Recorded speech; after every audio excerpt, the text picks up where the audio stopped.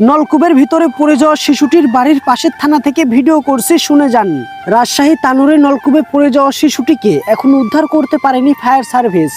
শিশুটির নাম সাদিদ। তাকে উদ্ধার করার জন্য 18 ঘন্টা ধরে ফায়ার সার্ভিস অক্লান্ত পরিশ্রম করে যাচ্ছে। এখনো শিশুটি বেঁচে আছে কিনা সেটা বলা সম্ভব না, কিংবা নলকূপের ভিতরে পড়ে যাওয়ার সময় কতটুকু ইনজুরি হয়েছে সেটা বলাও সম্ভব না। তখনই মারা গেছে কিনা, কিংবা কিছুটা ইনজুরি হওয়ার পরে ধীরে ধীরে মারা যেতে পারে, বা নলকূপের ভিতরের পানিতে ডুবে মারা গেছে কিনা সেইটা অ্যাকুরেট ভাবে বলা এখনো সম্ভব না। শিশুটিকে বাঁচানোর জন্য ফায়ার সার্ভিসের টিমেরা অক্লান্ত পরিশ্রম করে যাচ্ছে, চেষ্টা করছে। এর পাশাপাশি গ্রামবাসীরা, স্থানীয়রা নানানভাবে সাহায্য করার চেষ্টা করছে। আল্লাহ তাআলার কাছে দোয়া করছে যেন সে সুস্থ থাকে, যেন তাকে খুঁজে পাওয়া যায়। উদ্ধার কর্মীরা নলকূপের পাশে একটি বড় করে গর্ত করে যাচ্ছে, যাতে শিশুটিকে খুঁজে পাওয়া যায়, উদ্ধার করা যায়। 35 থেকে 40 ফুট গর্ত খোঁড়া হয়ে গেছে, তবুও শিশুটির কোনো সন্ধান পাওয়া যায়নি। এবং নলকূপের ভিতরে অক্সিজেন দিয়ে রাখা হয়েছে যেন শিশুটি নিঃশ্বাস নিতে পারে, অক্সিজেন নিতে পারে।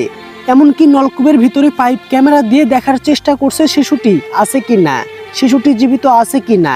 কিন্তু দুঃখজনক বিষয় হলো শিশুটি বেঁচে আছে কিনা, জীবিত আছে কিনা সেইটা এখন পর্যন্ত জানা যায়নি।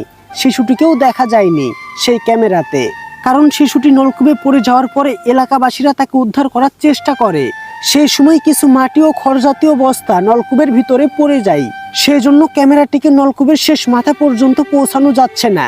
হে আল্লাহ, তুমি নিষ্পাপ শিশুটিকে ফিরিয়ে দাও। সেই নিষ্পাপ শিশু কি দোষ করেছিল তাকে তুমি এভাবে এত বড় শাস্তি দিলে?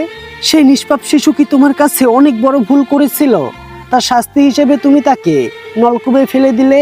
হে আল্লাহ, সেই শিশুটির জন্য এলাকাবাসী অনেক কান্নাকাটি করছে, অনেক দোয়া করছে যেন শিশুটি জীবিত থাকে, যেন শিশুটিকে উদ্ধার করা যায়। সেই জন্যে হে আল্লাহ, নলকূপের ভিতরে শিশুটি জীবিত আছে সেইটা শোনার জন্যে সারা দেশবাসী অপেক্ষা করছে। আমরা সকলেই দোয়া করি আল্লাহ তাআলা যেন শিশুটিকে জীবিত রাখে এবং উদ্ধার কর্মীরা যেন তাকে অতি দ্রুত খুঁজে পায়। আমরা সেজন্য দোয়া করি। আমরা সকলেই বলি আমিন।